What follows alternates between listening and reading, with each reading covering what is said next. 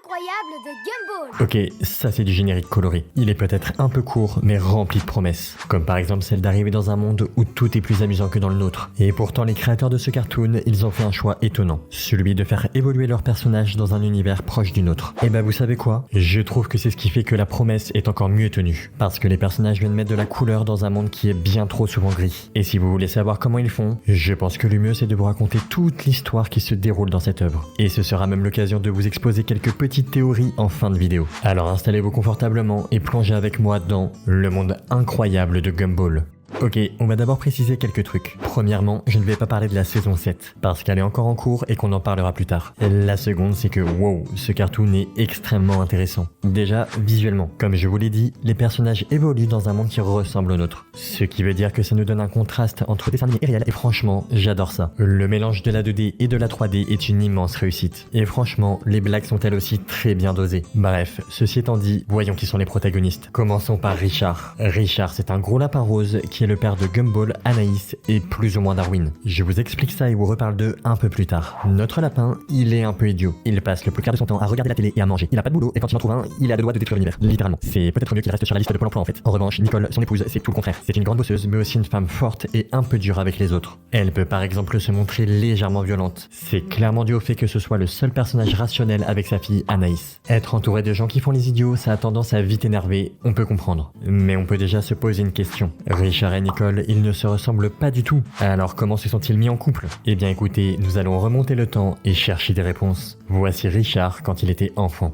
Et lui, là, c'est son père qui l'abandonne. Il lui a juste dit avant de s'en aller qu'il était parti chercher du lait. Mais bon, personne n'y croit. Personne sauf Richard qui est un peu naïf. Et c'est comme ça qu'il s'est retrouvé seul avec sa mère Jojo. Et si Richard est aussi bête, c'est à cause d'elle. Sa manière d'éduquer est pourrie. Il suffit de regarder l'épisode où les enfants de Richard viennent passer quelques heures chez elle pour s'en rendre compte. En très peu de temps, ils sont devenus aussi inadaptés à la vie que leur père. Bref, ça c'était pour l'histoire de Richard. Qu'est-ce qu'il en est pour celle de Nicole? Eh bien, sans surprise, elle commence très différemment. Nous la voyons pour la première fois dans une voiture, habillée avec un kimono de karaté. Et c'est normal parce que ce jour-là, elle avait une compétition. Ses parents sont à l'avant de la voiture et on comprend très vite qu'ils sont extrêmement sévères. Regardez-moi ces regards de psychopathes. Sauf que leur voiture, elle va tomber en panne très loin du lieu de rendez-vous. Nicole, qui ne veut pas décevoir ses parents, décide donc d'y aller en courant. Et c'est à ce moment-là qu'en traversant un parc, elle tombe sur un tronc d'arbre. Elle ne le sait pas encore, mais ce tronc, il va devenir son époux. Je vous rassure tout de suite, dans cet arbre, il y avait Richard. Il s'est tout simplement coincé ici en regardant les écureuils. Ne me demandez pas comment c'est possible. Une fois libéré, il va demander à Nicole pourquoi cette compétition de karaté est si importante pour elle, et ce que finalement ça signifie à ses yeux. Et elle va répondre la même chose que beaucoup de personnes en bac S, c'est pour rendre fiers ses parents. Mais pendant qu'elle parlait, la compétition s'est terminée, ce qui veut dire qu'elle ne pourra pas accomplir son objectif. Évidemment, elle n'arrive pas à contenir ses larmes devant cet échec. C'est alors que notre lapin rose qu'on pensait idiot fait preuve d'une grande intelligence. Il lui remonte le moral et lui dit que pour elle, le mieux, c'est sans doute de déménager et d'arrêter d'essayer de plaire aux autres.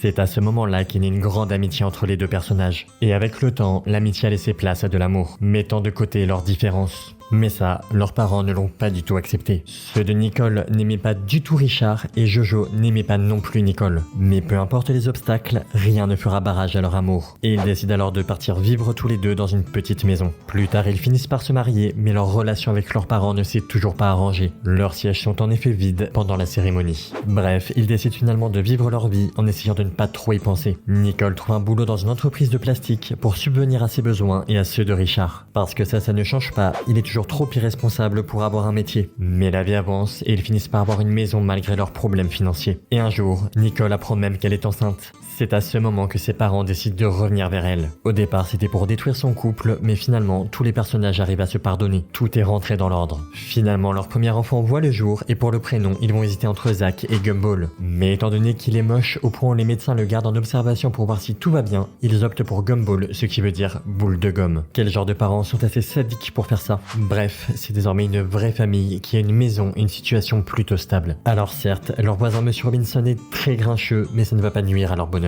Ils ont enfin réussi à fonder un foyer, et ce malgré tous les obstacles. On est tellement heureux pour eux. Maintenant que le décor est posé, et si nous passions au présent, Gumball a bien grandi et il a du mal à se faire des amis. Richard décide alors de lui acheter un poisson rouge pour qu'il ne se sente pas trop seul. Et ça marche. Gumball passe tout son temps libre avec lui. Il l'adore. Mais un jour, la pauvre petite bête finit par mourir et est jetée aux toilettes. toilette. Richard est triste pour son fils et décide de lui en prendre un autre. Il va alors dans une animalerie, enfin plutôt dans un fourgon. Ne prenez pas exemple sur lui et ne montez pas dans le fourgon des inconnus. L'endroit est très glauque, mais il va finir par trouver son bonheur. Le vendeur, qui est vraiment le cliché du mec louche, le prévient, ce n'est pas un poisson rouge ordinaire. Je ne sais pas ce que vous auriez fait à sa place, mais Richard, lui, il le prend quand même. En fait, il se fout même pas mal de l'avertissement. Il le donne alors à son fils et ce qui devait arriver arriva. Le poisson a commencé à parler et Gumball l'a tout de suite adoré.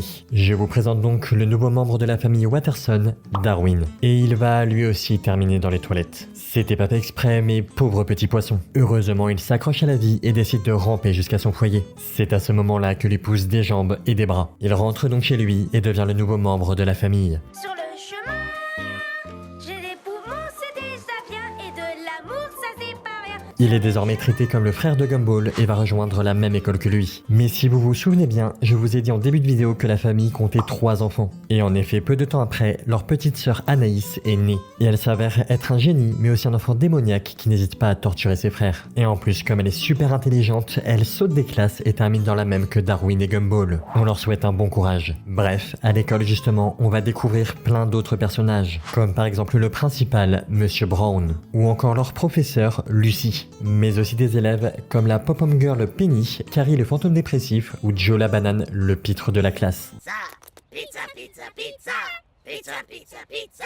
Un épisode standard de Gumball se résume à suivre la vie des 3 enfants Watterson, que ce soit dans leur famille ou à l'école. Il faudra attendre la saison 3 pour avoir un vrai élément perturbateur. Gumball, Darwin et Monsieur Small, un nuage hippie qui est censé être le conseiller d'éducation, se mettent à la recherche de Molly, une élève disparue. C'est à ce moment-là qu'ils ouvrent sans le faire exprès un portail vers une autre dimension. Mesdames et messieurs, je vous présente le néant. Toute chose qui est inutile, obsolète ou juste démodée y est aspirée. Malgré ça, les héros arrivent quand même à sauver Molly. Mais ce que personne n'a remarqué, c'est que quelqu'un les a suivis en dehors du néant. Cette personne, c'est Rob, un ancien camarade de la classe de Gumball. Après son passage dans le néant, il a été défiguré et a perdu la mémoire. Triste et sans repère, il décide d'habiter dans le sous-sol des Watterson. Gumball et Darwin finissent par s'en rendre compte et aident alors Rob à trouver un but à sa vie. C'est à ce moment-là que Gumball propose à Rob de devenir son ennemi juré. Ouais, c'est étrange comme idée, mais écoutez, Rob accepte. Et il n'y va pas de main morte. Il essaie quand même plusieurs fois de les tuer. Et même si c'est vrai que c'est étrange d'avoir un antagoniste qui devient méchant parce qu'on lui demande, il finit par devenir un personnage mémorable. Par exemple, dans un épisode, il obtient une télécommande magique grâce au propriétaire du van rouge, le même que celui qui a vendu le poisson rouge à Richard. Et qu'est-ce qu'elle fait cette télécommande? Elle permet à son propriétaire de contrôler tout l'univers. Rien que ça. Ça permet notamment à Rob de se rendre compte qu'il vit dans un cartoon diffusé à la télé.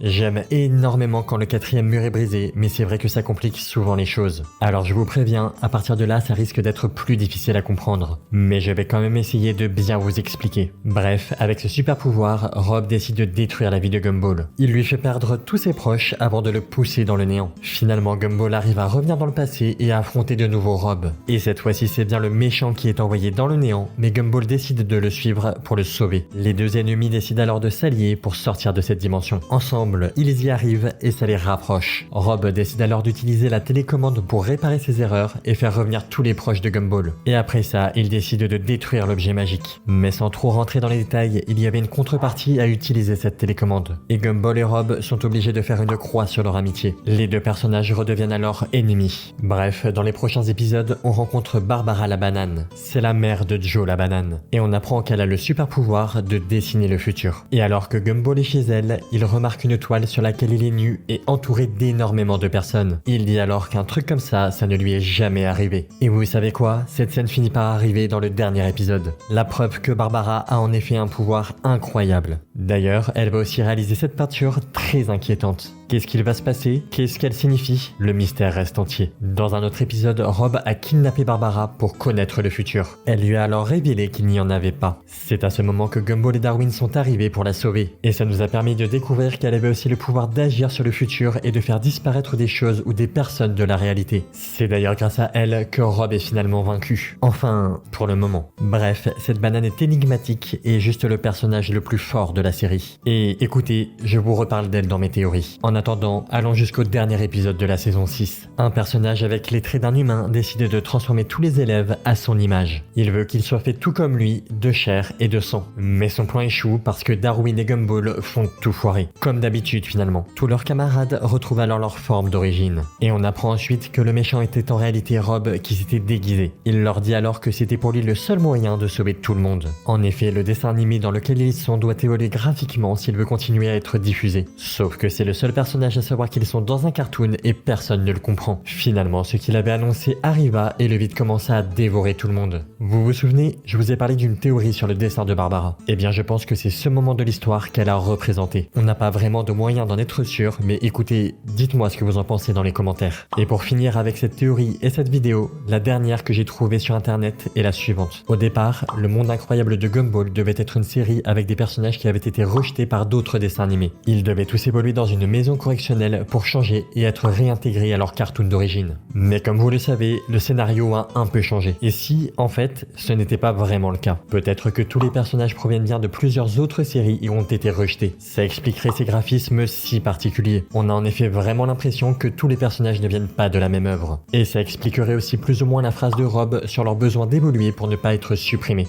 Dans ce cas, peut-être que le néant est en réalité le passage entre cette série pour personnages rejetés et celle dont ils proviennent réellement. Ou peut-être que je me trompe et que ce n'est rien de tout ça. Mais en même temps, j'ai le droit de rêver, parce que rien n'est vraiment impossible dans le monde incroyable de Gumball.